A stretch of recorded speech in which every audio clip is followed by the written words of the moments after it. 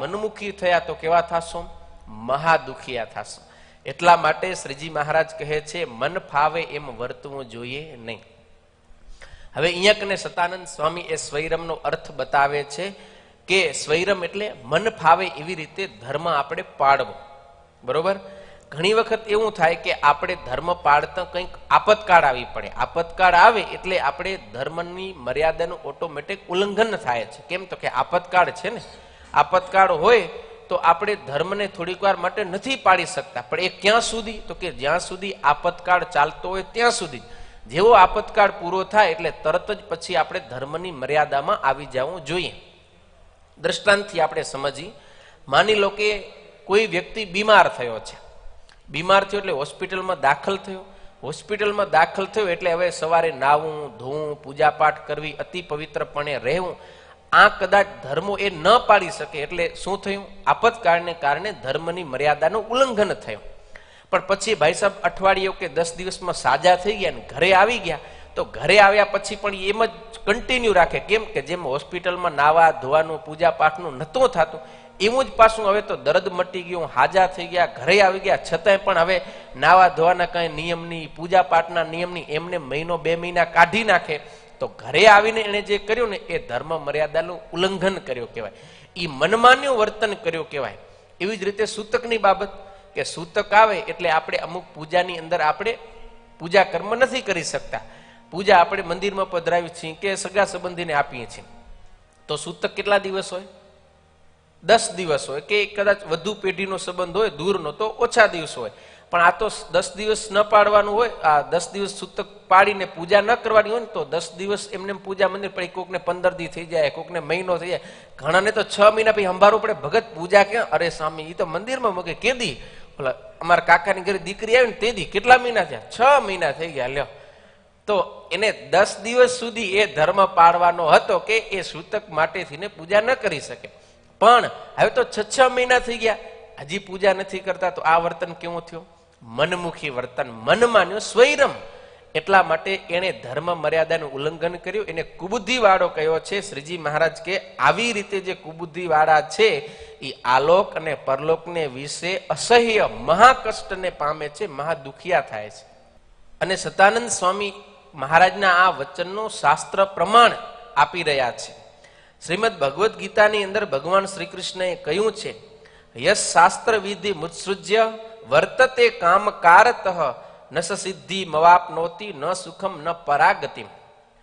જે કોઈ પુરુષ હોય એ શાસ્ત્રની મર્યાદાનો ઉલ્લંઘન કરીને, શાસ્ત્રની મર્યાદાનો તિરસ્કાર કરીને પોતાની ઈચ્છા અનુસાર વર્તે છે, એ પુરુષ આલોકની અંદર કોઈ પણ પ્રકારની સિદ્ધિને અથવા તો સુખને પામતો નથી, મોક્ષને પણ એ પામતો નથી. કોણ? જે શાસ્ત્રની મર્યાદાનો તિરસ્કાર કરે છે, પોતાની ઈચ્છા અનુસાર વર્તે છે, એને કોઈ પણ પ્રકારની સિદ્ધિ નથી મળતી. તો કે સિદ્ધિ ન મળે પણ સુખ મળે? તો કે ના, સુખ પણ ના મળે. ભાઈ આ લોકમાં સિદ્ધિ ન મળે, સુખ ન મળે, પણ મર્યા પછી તો મોક્ષ મળશે ને? તો કે ના, એને ન પરામગતિ, એને મોક્ષરૂપ જે પરાગતિ છે એ પણ એને મળવાની નથી. એટલે હર હંમેશા આપણે શાસ્ત્રની મર્યાદામાં જ વર્તવું જોઈએ.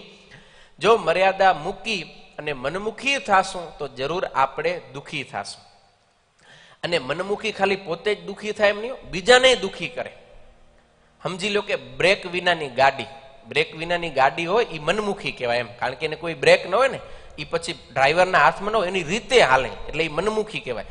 હવે બ્રેક વિનાની ગાડી હોય એ આમ હાલી જતી હોય તો એવો કઈ નિયમ છે કે જ્યારે ઠોકાશે ત્યારે ખાલી ડ્રાઈવર જ મરશે? છે નિયમ એવો? એ બ્રેક વિનાની ગાડી ઠોકાણી એટલે કોણ મરશે? જેટલા એટલા બધાએ મરશે. અને ઇતિહાસ સાક્ષી પૂરે છે, જેટલા જેટલા મનમુખી થયા છે એટલે કે શાસ્ત્રના, સંતના વચનના બ્રેકને ઉલ્લંઘન કર્યા છે, એના વચન પ્રમાણે નથી રહ્યા, એવા બધાએ પોતે દુઃખી થયા અને પાછળવાળાને દુઃખી કરી નાખ્યા. રાવણે સીતાનું અપહરણ કરવા રૂપ મર્યાદા ભંગ કર્યો. બ્રેક કહેવાય ને. શાસ્ત્રનો શું બ્રેક છે? સંતના વચનનો શું બ્રેક છે? પરનારી સામે ક્યારે કુદ્રષ્ટિ કરીને જોવું નહીં. અને તો આખી પરનારીનું અપહરણ કર્યું. એટલે એ રાવણનું આખું કુળ છે એ નાશ પામી ગયો. પોતે દુઃખી થયો, આખું કુળ ગયો. એવી જ રીતે દુર્યોધન, દુર્યોધન સતત મનમુખી રહ્યો, એને ઘણાએ સમજાવવાનો પ્રયત્ન કર્યો. વિદુર જેવા નીતિવાન પુરુષો હતા, પિતામાં ભીષ્મ જેવા હતા, એને ઘણું એને સમજાવ્યું કે ભાઈ આ રાજ્યની અંદર પાંડવનો અધિકાર છે, એને આપી દે. અરે એટલું ના આપે તો થોડોક આપી દે, અડધું આપ, અડધું ના આપે તો 5 ગામડા તો આપ, છતાંય પણ નહીં. દુર્યોધને સતત પોતાનું મન ધાર્યું કર્યું તો ખાલી દુર્યોધન એકલો જ મરાણો?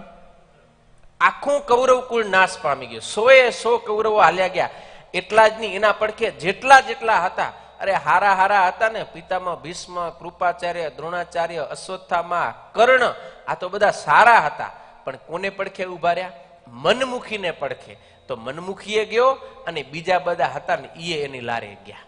એટલે મનમુખી ખાલી પોતે જ મરે છે એમ નહીં, આખા સમુદાયને લઈને ઈ મરે છે. જેમ કે બ્રેક વિનાની ગાડી ડ્રાઈવર સહિત બધાય પેસેન્જરને લઈને ખાડમાં પડે એવી રીતે. એટલે મનમુખી ક્યારે થાવું નહીં, અને મનમુખીના પક્ષની અંદર પણ આપણે ક્યારે ભળવું જોઈએ નહીં. જો ભળ્યા કે મનમુખી થયા એટલે ગયા, સમજી લો ઠોકાવાની જ છે આપણી ગાડી, કારણ કે બ્રેક નથી તે. એટલે અહીંયા કને બ્રેક શેનો? શાસ્ત્રના વચન અને સંતના વચન એ આપણો બ્રેક છે.